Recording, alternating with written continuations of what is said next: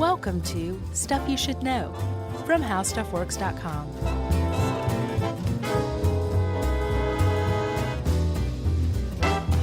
Hey, and welcome to the podcast. I'm Josh Clark. There's Chuck Bryant and Jerry Rowland. What do you think? Pretty good? It's pretty good. And this is Stuff You Should Know. Josh Headroom. Thank you. Yeah, I saw you over there with your earbuds today. You were working on this all day, weren't you? I watched season 1, episode 1. Oh, really? In full? Of Max Headroom. Like the last 10 minutes is still pending. Oh, okay. But it's crazy. Like Max Headroom himself doesn't show up until like 40 minutes into the first hour-long episode. But when he does, it's dynamite. So what are we talking about? We're talking about Max Headroom. That's right. Huge shout out at the beginning of this to Vice.com, specifically Motherboard. Specifically, Alex Pasternak. Yeah, who wrote the article on Motherboard. And we used to blog a little bit for them back in the day. Remember that? Yeah, I don't think they like to talk about that or acknowledge it publicly. You don't think? I don't think so. Oh, I think it was mutually beneficial. I'll bet you can't find those on Motherboard anymore. I'm trying to remember. I'm sure they were like... I think I read one about driving a stick shift versus automatic or something weird. That's a big one. Yeah. We started out with an old-fashioned recipe, I think. Yeah, that was you. They were like, let's do better than this, guys. And we said no. And then they said, we got our own people. Yeah. We'll let somebody come in and ghostwrite for you. Yeah, so that Motherboard article was the basis. And from what I found, I mean, we used a lot of different sources on this, but this article entitled The Mystery of the Creepiest Television Hack is sort of the culmination, like the coup de grace Sure. of Max Headroom Incident articles. Yeah, it actually... Really good job. Pasternak like very exhaustively investigated it and turned up new information, got a new understanding of it, and basically contributed to the mythos of it himself. Yeah. So way to go, Pasternak. Right. And what we're talking about is, if you don't know who Max Headroom at all is, we're about to set that up. Yeah, let's talk about Max Headroom. But if you were alive during the 1980s, then you probably know who Max Headroom is, because weirdly, for a brief few years, it was kind of a big pop culture thing. About 4 years by my calculations. Yeah. So starting in 1984, there was a movie called Max Headroom : so you know it's an important movie, 20 minutes in the future. Yeah. Right? And it was a kind of a cyberpunk movie, dystopian future, very Terry Gilliam, Brazilish. And I haven't seen that one, but it was basically where the character of Max Headroom was born, right? Yeah. And I think it actually formed the basis for the TV show later. In between the later TV show that you and I are more familiar with and that movie, Max Headroom was a pop culture sensation. He was a pitchman for New Coke. Oh, man. I went and watched an old ad. He was in an ad with Run DMC pitching New Coke, and I was like, doesn't get any more 80s than this. But it was actually a pretty cool ad, right? Did it say, here's a little story I need to tell about a new Coke on the scene that you love so well? That was exactly word for word how the ad went. Right? Yeah.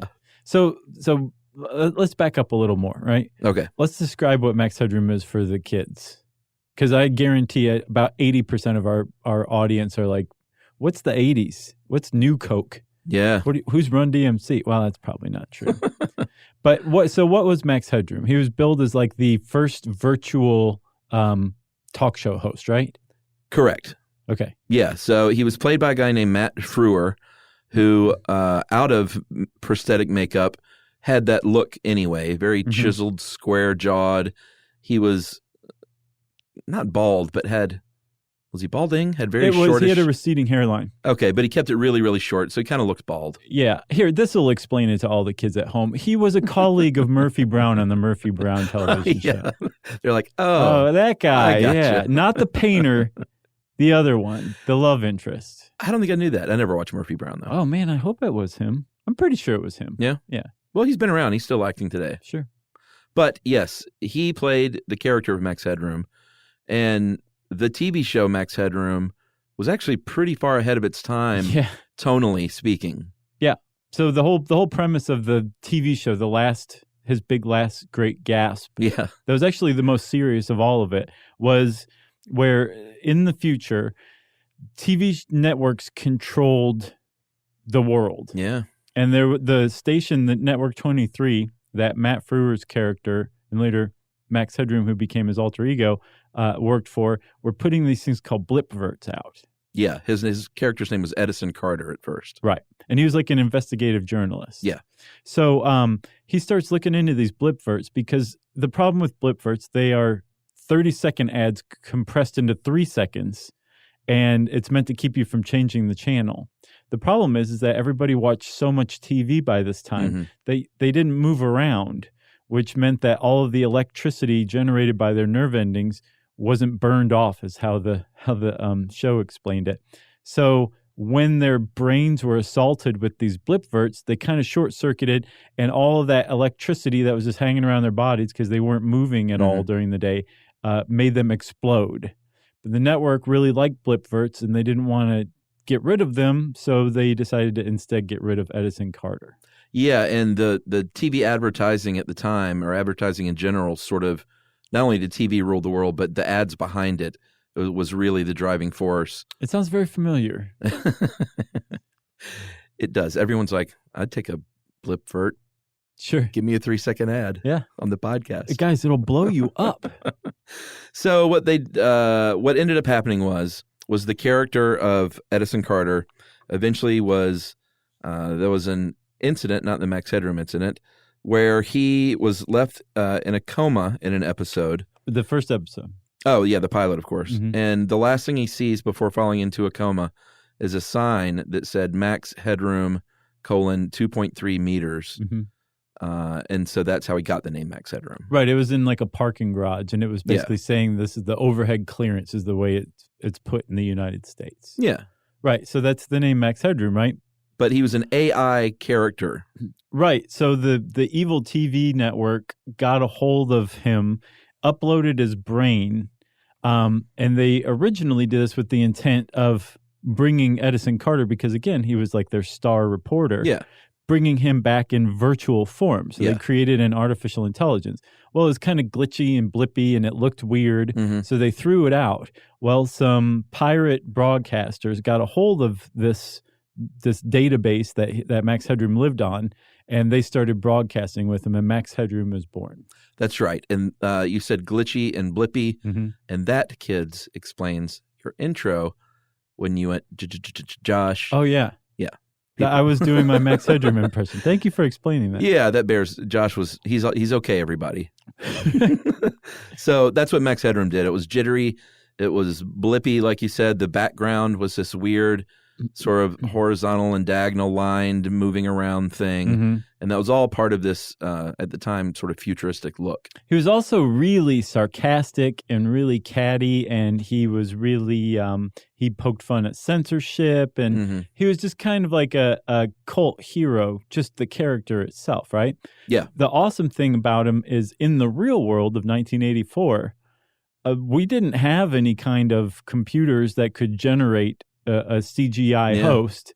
So they actually used like prosthetics. Yeah. There was a 4-hour process to put Matt Frewer into the Max Headroom makeup. So it's the guy acting, and then, they messed with the video a little bit, but it wasn't a CGI version of a guy. It was a guy acting like he was a CGI version of himself. Right, which is why if Max Headroom, the character, were to appear on, say, David Letterman, which he did, it would be Letterman interviewing a TV screen. Right. Which is what they did. But it was actually Matt Frewer in another studio. He was probably just backstage being broadcast. And it's really like, as a kid, I did not get all this. No, I just thought it was I didn't really know what it was because I'd never seen the show. I thought he was the Coke guy. Right. And I think I'd seen the show a little bit. I was like, this is way too grown up for me. But I think I just kind of took it on faith that he was computer generated or something like that. I didn't really think about it much. But now as an adult looking back, I'm like, that is brilliant and really difficult. Yeah. And the fact that they did this and pulled it off as well as they did, it's a pretty amazing thing, right? Yeah. And you can kind of understand how Max Headroom with all that information now, became this kind of cult icon, especially among cyberpunks at the time. And what? Just keep saying cyberpunk. So let me. I'm not like particularly well versed in like what constitutes cyberpunk, but like it's like pornography to a Supreme Court justice. Like I know it when I see it, right? Sure. So if you watch the Max Headroom show, you're like, yeah, that's cyberpunk. RoboCop is supposedly cyberpunk, right? It's like a bleak technological future where people are controlled by almost down to their minds by the government or some corporation or some amalgamation of the two. That's pretty cyberpunk, right? So at the time, you had what are called geeks and nerds, but they are not really what you would call a geek or a nerd today, right? Yeah. Somebody who wears like glasses that don't actually have prescription glass in them. Do people do that? Yes, some people do. I did that in the 4th grade. Well, then you were a geek, apparently. No, I was a prep, and I wore those little tortoiseshell round preppy glasses because that was a cool look. Yeah. And actually went in, it's one of my least proud moments fashion wise. Yeah. Is I actually bought fake glasses and wore them around for a while. Do you have photos of those? I'd really have to dig through some boxes. I think I speak for everyone when I say start digging. Dig. Yeah, it was not my proudest moment. Yeah, I'd like to see that picture. All right. So at the time, people who were geeks and nerds, that whole culture was very much derided and pushed around. I mean, look at Revenge of the Nerds, right? Yeah, exactly. Like, they came out on top. I watched a little bit of that just the other night. This is probably the earliest celebration of nerd culture. It was not something that was, like, venerated or subscribed to by anyone who wasn't a genuine nerd or geek. And these were a very rarefied group of people who really knew what they were doing with computers at a time when almost no one else did. Yeah, early adopters across the board. Very much so, right? So Max Headroom's kind of a cult hero to this guy. And that kind of sets up what happened on November 22nd, 1987, in a little town called Chicago, Illinois. The city of industry. The city of angels. The city that doesn't ever sleep. Never. The Windy City. That's it. There you go. Of all time. The Windy City of all time. Yeah. Yeah, so that sets the stage. We know who the character of Max Headroom was. Then at 9:14 p.m. Wait. Yes? Are you sure I set the stage? I think so. Did we set the stage fully here? It looks nice. All right, let's do it. So at 9:14 p.m. on that November night in Chicago. 4 days before Thanksgiving. Yeah. So everyone was in that frame of mind. Right. Put yourself there. I think that helps a lot. It helped me at least. Sure. Okay. Football season's going on. Yeah, as a matter of fact, just that very day, the Bears had beat the Lions. Yeah, which, it was a long time ago because the Bears won a football game. Oh, ouch. I know. The people in the Windy City of all time are not going to be happy with you for that. The Windy City of all time. Oh, and there's a sportscaster on local Channel 9, Dan Roan, R-O-A-N, and he was going over the highlights of that football game. Then all of a sudden, right in the middle, the broadcast signal goes, right. It makes those noises, and then over at WGN, the control room, they were like, what's going on here? We have no idea what this is. I think the exact quote was, "Guh?" What? So, what happened was they eventually, what they were doing at the time was, and this is how, we're not going to go into the weeds here on how broadcast signals work. No.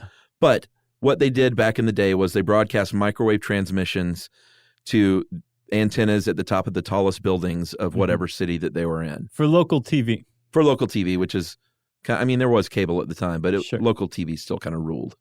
Yeah. In the, sort of in the late 80s. Right. So like starting to segue to cable. Yeah, for sure. Cable is, kind of a thing, but if you were a local TV station, you still had pretty big market share, I would guess. Sure. Right? Especially WGN in Chicago. I mean, it's like Chicago station, right? Absolutely. So what I think you were saying is that in a studio, whatever they're recording or shooting or playing on their little videotapes, they're beaming that Yeah. from the actual studio to a transmitter, say atop a very tall building, and then that just kind of bounces around to other transmitters, and that's how everybody in Chicago gets their WGN signal, right? Right. So Okay. all of a sudden, during this sportscast, it skitzes out, and then all of a sudden you see a guy in a suit wearing a Max Headroom mask, Mm-hmm. and there was no audio. That was, I guess, the problem with this first intrusion. And it's called a broadcast intrusion. Yeah. But you couldn't hear anything. But I'm sure it was certainly distressing to a viewer Yeah. to see this kind of weird thing happen. Especially a viewer who wanted to know what the heck happened between the Bears and the Lions that day. Sure. And the whole thing lasted, I think, like 11 seconds or some very short amount of time. Yeah, this was a short one. Before the WGN engineers went and switched to the backup transmitter and I guess transmitted on a slightly different signal. Yeah. And brought the broadcast, the sportscaster back on.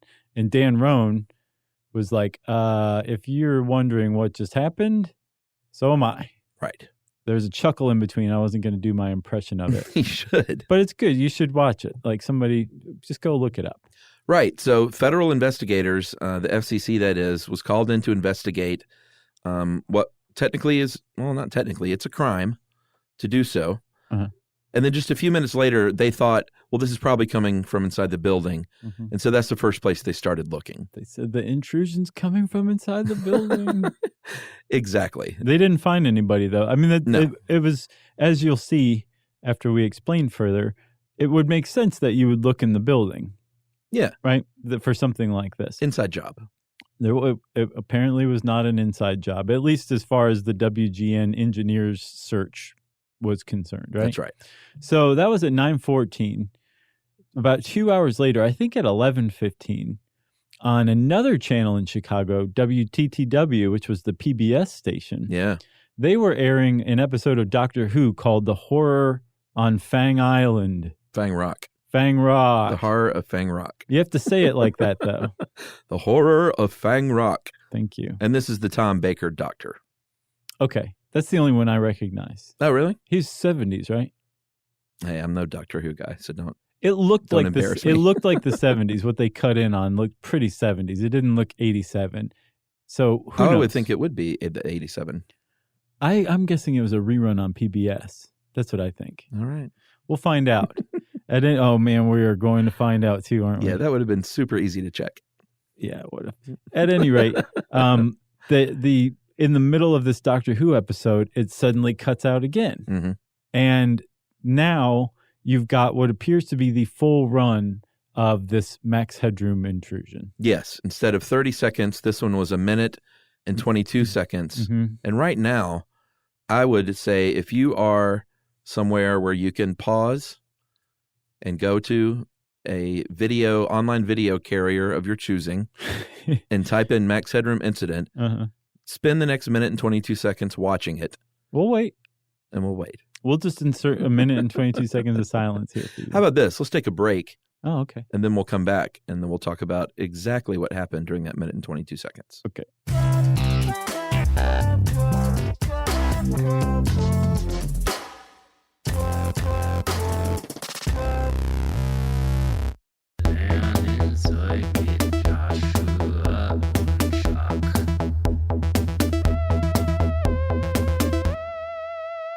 Okay, we're back. Did you watch it? Are you talking to me? No. Oh, okay. I know I was looking at you. I'm guessing that people did watch it. A few people did. Smart ones did, because this is really tough to describe, and we're going to try. But it's something you really have to see yourself. Yeah, and here it's genuinely disturbing. Sitting in an office years later watching it, and I can imagine if I was at home, I would have probably been a little freaked out.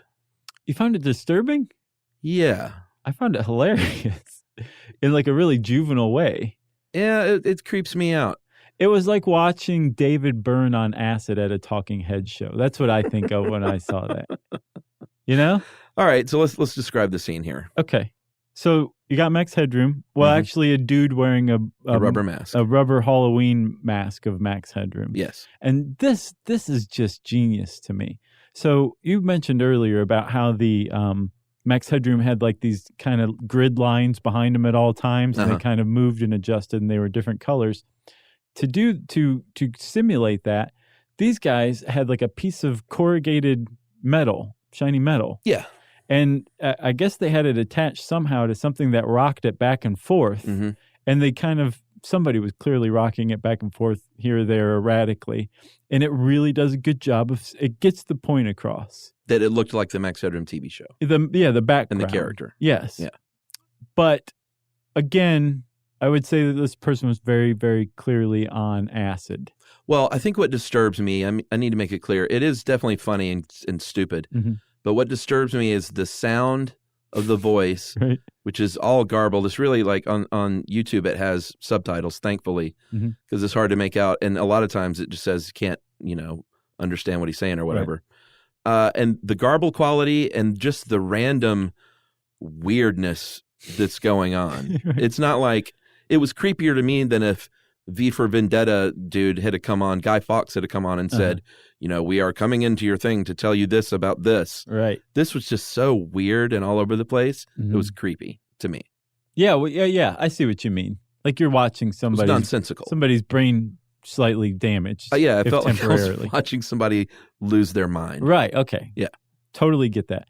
And here's what the guy did that would make you feel like he lost his mind. This is the weird thing to me. It's very targeted toward WGN, right? Almost so much so that some people would say this was clearly somebody who had a grudge against WGN. Yeah. He makes fun of the Bulls sportscaster, the guy who worked for WGN at the time. He makes reference to how he just made a masterpiece for the greatest world's newspaper nerds, which was a messed up version of WGN's call letters stand for world's greatest newspaper. He wields a rubber penis. Yeah, that's one. Although it was great. In almost every article, it was referred to as a marital aid. Did you see that? No, but I actually guessed it on Strickland's tech stuff like 4 years ago, and we covered this, and I called it a marital aid. Did you? Okay, so there you go. I wanted to keep it clean. Sure. Well, but then family I realized that saying the word penis is okay. Well, it's clinical. I mean, we did a puberty episode. Surely we have the chops to say penis. But marital aid is hilarious, especially in this context. Like this crazy dude on acid wearing a Max Headroom mask has a marital aid. No, he doesn't. That's not what that is in that context, Yeah, and that's a new T-shirt, by the way. What? We have the chops to say penis. There you go. So that's a band name. Let's go ahead and use some of the let's go ahead and say some of the direct quotes. Yes. So he comes on and he goes, "He's a freaking nerd. I think I'm better than Chuck Swirsky, freaking liberal." That's a really good impression of this. And Chuck Swirsky was the Bulls guy. Yeah, the sports announcer. And this is a time too when like the Bulls were this is the Jordan Pippen era still. I mean, well, still, it was at the beginning of it. Was it 87? I thought it was like in the middle of it. Was it the beginning? Pretty early-ish, let's say. I wish these days that I would have been more cognizant and like more into basketball than like I am now. See, that's when I was the most into it, was Bird, Jordan, Magic. I would have liked to have Kareem. watched some of those games. Yeah, it was good stuff. Because that's when the Hawks were good back then. Yeah, back then. Dominique. Hey, shout out to Kent Bazemore. He listens to this show. No way. Yeah, he's a fan. How'd you find that out? Twitter? Yeah. That's great. Yeah. Man, I love Baze. I know. How do you not love Baze? He's awesome. Man, he's bright red right now. That's so cool. All right, so Chuck Swirsky's freaking liberal. He's wielding the rubber penis. The marital aid. The marital aid. He drops that. Then he picks up a new Coke. Well, you can't really tell if it's a new Coke. No, it was a Pepsi. Can. Oh, was it? Uh-huh. Okay, I couldn't really tell. He picks up a can, but he says, "Catch the wave," which is the new Coke slogan. Right. Then he starts humming. It's so random. Then he starts humming the theme song to the 60s show Clutch Cargo, which is weird in and of itself. Sure, that's that one where it's like animation, but for the mouths, it was just a human mouth moving. That's disturbing. Yeah, that was, if you've seen Pulp Fiction, it was the scene where Bruce Willis was a kid and Christopher Walken comes in with the wristwatch scene that Clutch Cargo is playing on TV when he's watching it. Right. But it is weird looking. Right. So you would say, why did he do the Clutch Cargo theme? Well, again, this is a WGN thing, and apparently that's where you saw it as a kid, on in Chicago. Okay, so he says also, your love is fading. I still see the X, which apparently is something from the last episode of Clutch Cargo. Yeah, that was the big X or something. And then he says what you were talking about earlier. I just made a giant masterpiece for all the greatest world newspaper nerds. But he should have said world's greatest newspaper nerds. WGN. Right. Which you might find confusing, as I did too. But apparently the Chicago Tribune Company owns WGN TV. So they call themselves world's greatest newspaper TV. Right. WGN. It's all coming together. Ipso facto. There you go. Then, finally, toward the end, the camera cuts to a different angle. This one has the dude bent over with his bare butt hanging out. His face is now off screen, but he's holding the mask still out like his head is in it, but it's not. Right. And there is a person, I say woman, but I don't know, but a person in an Annie Oakley dress. Is that what it was? I didn't get that. Yeah, it looked like a prairie bonnet ensemble, but the bonnet kind of hides the face, so you don't know if it's a man or a woman. Okay. And they are spanking the bare butt with a fly swatter. Right. And he's worried about them coming to get him. They're coming to get me. Yeah. And then he says, come get me, and uses a bad word. B word. The B word. And then it goes back to Doctor Who. Yeah. As just like it came in, went out. It just, and it's like gone. Can you imagine seeing that live? And the people who saw it live, the next thing they would have heard was the doctor saying something like, he died of an electric shock, must have died instantly. Yeah. And everybody's just sitting there with their mouths hanging open. Well, it was Doctor Who, too, so it was probably a bunch of Chicago nerds watching PBS. Yeah. So, all right, my imitation was okay, but let's just play at least like a couple of lines from the real thing. Yeah.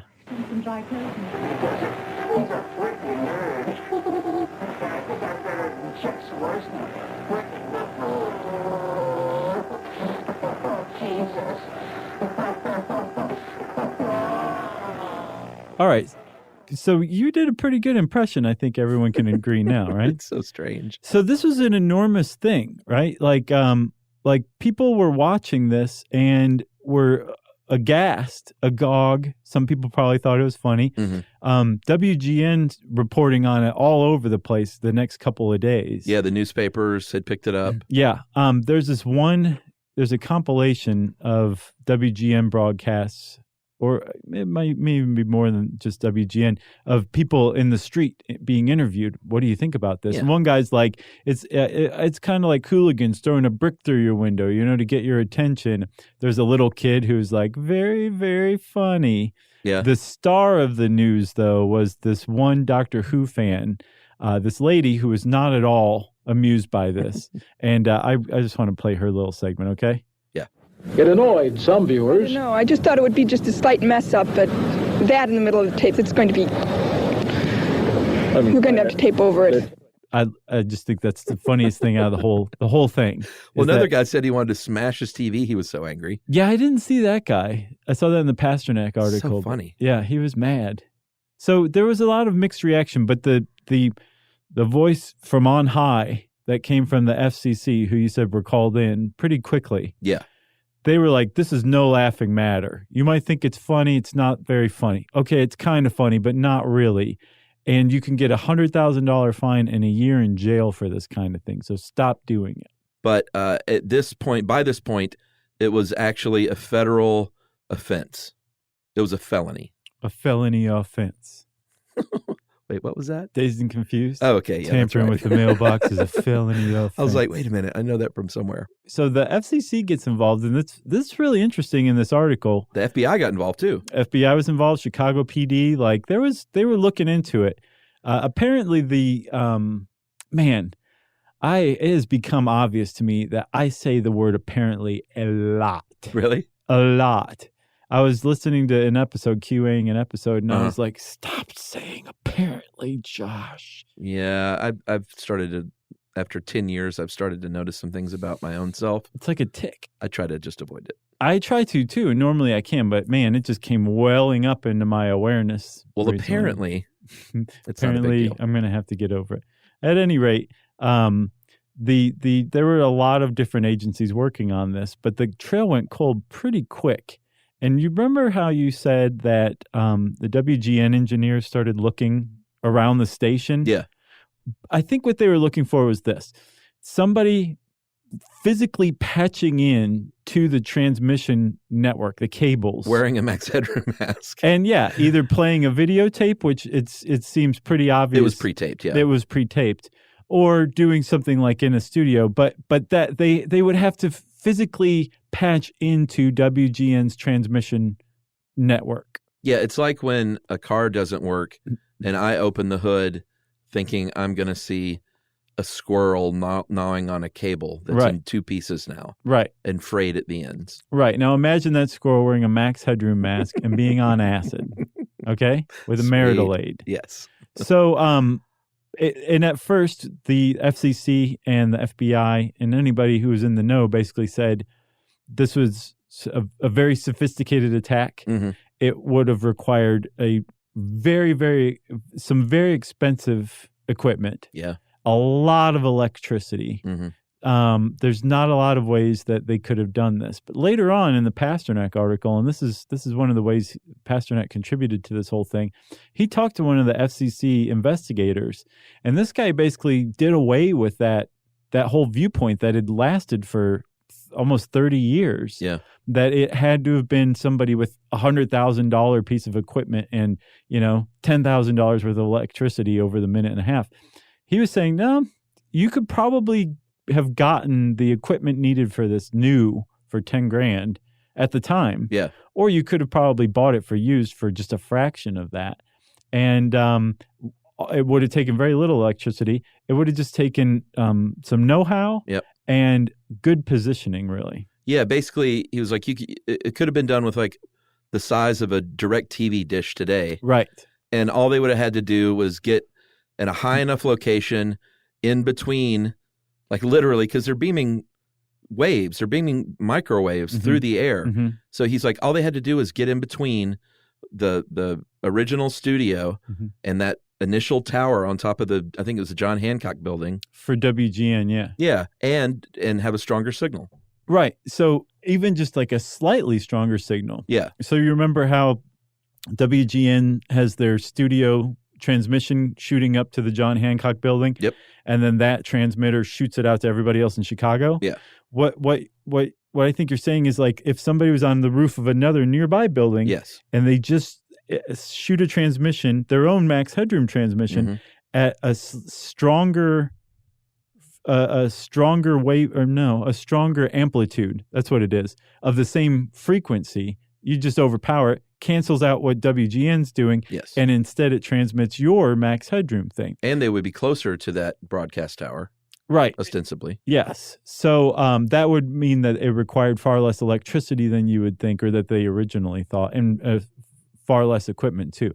They also had a pretty good idea of where these people would have had to have done it because after they got shut out of WGN, they turned their attention to WTTW, the PBS station, and they hijacked their signal. Well, WTTW shot their studio link to the Sears Tower. Yes. So this would have been somebody who was on a roof somewhere that had a clear view of the John Hancock building and the Sears Tower and could transmit to either one of them. But that's basically what they think happened. Yeah, and the guy you were talking about, Dr. Michael Marcus, who at the time was the assistant bureau chief in the FCC's Field Operations Bureau, he was the lead investigator, and he said that the guy in Chicago that was sort of in charge wasn't super he was just sort of used to traditional FCC investigations. He wasn't one to go knocking on doors and as to investigate some kind of weird, kind of maybe creepy criminal dudes. Right. Who may or may not have a marital aid in his apartment. Just smack him on the head with it. Right. And then they also, nobody was being hurt. No one got hurt. In the end, it was a almost a victimless crime. Mm-hmm. So they didn't throw a ton of resources at it. They were kind of like, listen, we're not going to, if you want to go investigate this, that's great. You should, but we're not going to assign a team of 12 people Right. to try and crack this case of a bunch of nerds who did a weird thing for a minute in 20 seconds. And I think the longer it went on and there was no more of these intrusions from these guys, the fewer and fewer resources they had to work with, and it just kind of fell to the wayside. But what's interesting is in the beginning they said it would take somebody with a very expensive piece of equipment, a lot of electricity, and a lot of know-how. And today, the only one of those that's remaining is a lot of know-how. There wouldn't have been a lot of people running around Chicago who would have known how to do something like this. Yeah.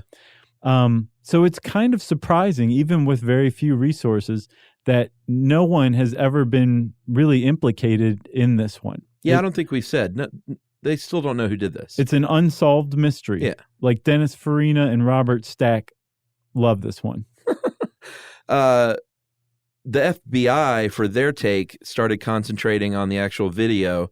They had the technology at the time, which is kind of funny now to think about it. Mm-hmm. But they're the only ones who had the technology at the time to actually make enhanced frames of this videotape and print out, pictures, enhance them. And they were kind of focused on this upper right-hand quadrant, as they say, where the Annie Oakley was spanking with the fly swatter. I don't know why they were so into that. But they said, we're trying to get clues on the actual location of the people who made the tape, not necessarily where they broadcast it from, but where did they shoot this thing to begin with. Right. But there was very little to go on aside from that spinning corrugated metal, and that could have been literally anywhere because it's a really tight shot. It really is, yeah. And there was very little evidence given in the video. Yeah, I mean, it says that they were looking at industrial warehouses and things, but that could have been in an apartment living room. I mean, it wasn't like the door was attached to anything. It was freely spinning back and forth. So it did make sense. Not the best lead, right? No. So over time, and again, this is weird too. It's not so weird that the FCC or the FBI didn't find who did this if they weren't really looking very hard. Yeah. What's really weird is that no one has been like, it was these guys. I was there. I know these dudes. It was these guys. Statute of limitations is done. Like, who cares? Yeah, after 1993, these guys would have gotten off scot-free because the statute of limitations for this one was 5 years, right? I'm shocked that no one later said, hey, that was me. Right. I'm Soy Bomb. No one's done that, right? Yeah.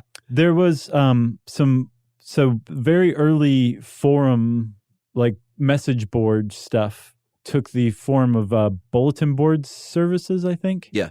BBSs. Really early geek culture. Like Matthew Broderick dialing something with his phone and then putting it on that weird little physical modem. Commodore 64 thing, the modem, Yeah. To like transmit the dial tone over the telephone system. Right. So that's what like the level of technology that these people were dealing with, but they were communicating with each other over like this proto-internet, these bulletin board systems. And 2 days after this, a guy named the Chameleon posted basically what you and I said about how all it took was these guys to go up on a tall building and overwhelm the WGN and the WTTW studio links. And ipso facto, I'm a big fan of that, by the way. This intrusion was successful, right? Yeah. 2 days, not 2 years, not a year ago. 2 days after it, somebody was on there explaining how it went down. So somebody knew this, right? Yeah. But only two theories have really ever come to light as to who it was. One you can basically just throw right out, and the other one it turns out to have been a dead end. Yeah, the first one that you were talking about that doesn't really hold water was and this was a rumor online for a while, it was a musician named Eric Fournier. I had a friend in preschool, I think, named Fournier, yeah. That's how it was spelled? Mm-hmm. Fournier. Actually, I don't know how it's spelled. I couldn't spell back then. So this guy was in a band, and he did this weird, super creepy YouTube series called Shay St. John, Shaye. Did you watch it? Oh, yeah. Love it. Yeah, I knew that you would love it. Love It's it, right man. up your alley. Yeah. But this is genuinely unsettling too. I'm with you on that. So it kind of fit in that he was doing these weird things. He had this band. They were in Bloomington, Indiana, not too far from Chicago. The Blood Farmers. Yeah, the band was the Blood Farmers, and they did these weird music videos, and they thought this is the kind of guy that would have done that. And the thinking was that he went to go broadcast one of their weird music videos as a broadcast intrusion, but chickened out at the last minute because they would have been found. Sure. And then ended up just improvising. That part makes a little sense because it definitely seems improv. It does, but it was also videotaped, remember? So that means he would have had 2 videotapes with him. What do you mean? So if he was gonna play the music video and said, I'm not gonna do that, he would have had to have brought this other videotape and played that as a backup. Water. The other thing is apparently his see, I just said apparently again. Alex Pasternak from Motherboard contacted some of Furnier's friends because Furnier died in 2010, but his friends are like, absolutely not. Even some of the Blood Farmers are like, it wasn't him. Like, I know what you're saying, and he did the whole Shea St. John thing, but this was not him. It was not quite there. He didn't know what he was doing with he wouldn't have known any broadcast stuff or video editing or anything like that. Yeah, so this other one to me seems pretty promising. Mm-hmm. So we flash forward to when did this actually happen? Was this like as by the time Reddit had come around? Wasn't it on Reddit? Yeah, I think it was about 25 years after. So it would have been in 2007. Yeah. So there's this guy. 2012, 13. Okay. Sorry. There was this guy from Chicago named Bowie Pogue. Sure. P-O-A-G. I didn't have any friends with that last name. Right. When I was a kid. And he was one of the kids hanging around those BBSs in the 80s in Chicago. From the sounds of it, he was on the younger side. He was 13, and even as a 13-year-old geek, was very much intimidated by the older geeks in that crowd. Mm-hmm. And so wasn't boisterous. He was sort of like, hey, I'm kind of hanging out here and not saying much, and don't notice me. I just want to ingratiate myself. And but you guys can get me drunk for laughs if you want. And at a party in 1987, he remembers this. He described him as a small, peculiar man that he thought was about in his 30s. And he had an older brother. They lived in Chicago. So Pogue is describing these 2 guys who were in the same scene with him. Correct. Right. Yeah. And he had, they lived with his girlfriend downtown, or about 10 miles from downtown Chicago. Mm-hmm. And they had the know-how. They were super into computers early on. Mm-hmm. He said you went to their apartment and it was just like it looked like a computer hoarder mess of wires and computers and equipment. Like Neo's apartment. Yeah, why not? Or what was the other one he was in before The Matrix? Johnny Mnemonic? Yes. Yeah. Bill and Ted? Yeah. Johnny Mnemonic, that's Cyberpunk. Yes. Right? Yes, it is. All right. You could probably make the case that The Matrix is as well. All right. Sure. So he described him as a stocky guy with tinted lens glasses in his early 30s, an odd dude. His brother, he said, he described as just kind of normal. But he said that he didn't make the connection at the time, but at a party on November, about the same day, midday, the same day. On November 22nd, he was at a gathering of these dudes at the brother's apartment, and he heard them say something about doing something big. Later that night, they went to Pizza Hut, and he's like, what are you guys talking about? What's the big thing? And they said, hey, don't ask questions, but just watch Channel 11 tonight. Right.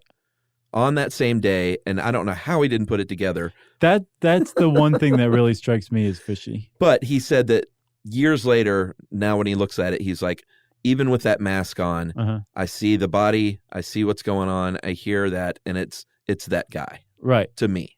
But 25 years later, he was there that day. They tell him to watch that night, and he didn't put it together for 25 years. That, to me, is the one fishy thing. Well, and he has been called out as fishy. Sure. I'm sure he knows that it's kind of fishy. Yeah, so the guy, the motherboard, Pasternak, reached out and he said, can you still get in touch with these guys all these years later? He said he sent them messages via Facebook. I don't even know if they saw him. They didn't get back. Mm-hmm. Then in a last-ditch effort, he sent them certified mail he found out where they lived, never heard anything back. And he was like, hey, it's clear that these guys don't want to be talked to. Right. So you want to take a break? Yeah, let's do it. Okay.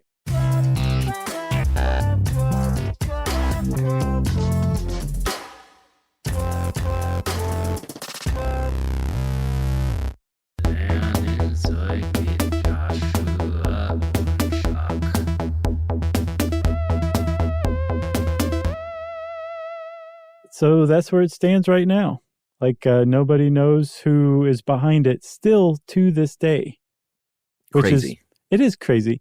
And as a result, this Max Headroom hack has taken its place in like the pantheon of geek culture and of hacker culture. And rightfully so, you know? Oh, it yeah. It was legendary in its own way. That's right. You got anything else? I got nothing else on this one. Cool, man. Well, if you want to know more about Max Headroom, you should start by checking out this amazing motherboard article by Alex Pasternak. And since I said amazing, it's time for listener mail. I'm gonna go with the Allman Brothers eat a peach from Emojis. I don't know if this is true, but it's fun. Okay. Wanted to talk about when Josh talked about the Allman Brothers band factoid, because I think it's actually a cool factoid. Dwayne Allman was once asked by a reporter what he was going to do for the war effort in Vietnam, and his response was, "I'm going to eat a peach for peace." Dwayne died not long after that album, and Eat a Peach was released posthumously, so he contends, Jesse Gaudette, that is where the album title came from, and that Eat a Peach was not Eat a Bud. He or she, I guess. Jesse could go either way, huh? Yeah, as always, keep up the good work. I'm currently brewing beer and listening. Tell me where to mail some bottles. Okay. Or come pick them up in Salt Lake City. All right. We'll do both. Sounds like a challenge. Right. They're too heavy. That's right. You can't pick them up. Thanks a lot, Jesse. Appreciate that, even though I still think I'm right. If you want to contend that something one of us said was incorrect, we love that stuff. You can tweet to us at Josh Clark, SYSK Podcast, or Movie Crush. You can hang out with us on Facebook.com/StuffYouShouldKnow or /Charles W. Chuck Bryant. You can send us an email to stuffpodcast@howstuffworks.com. And as always, join us at our home on the web, StuffYouShouldKnow.com.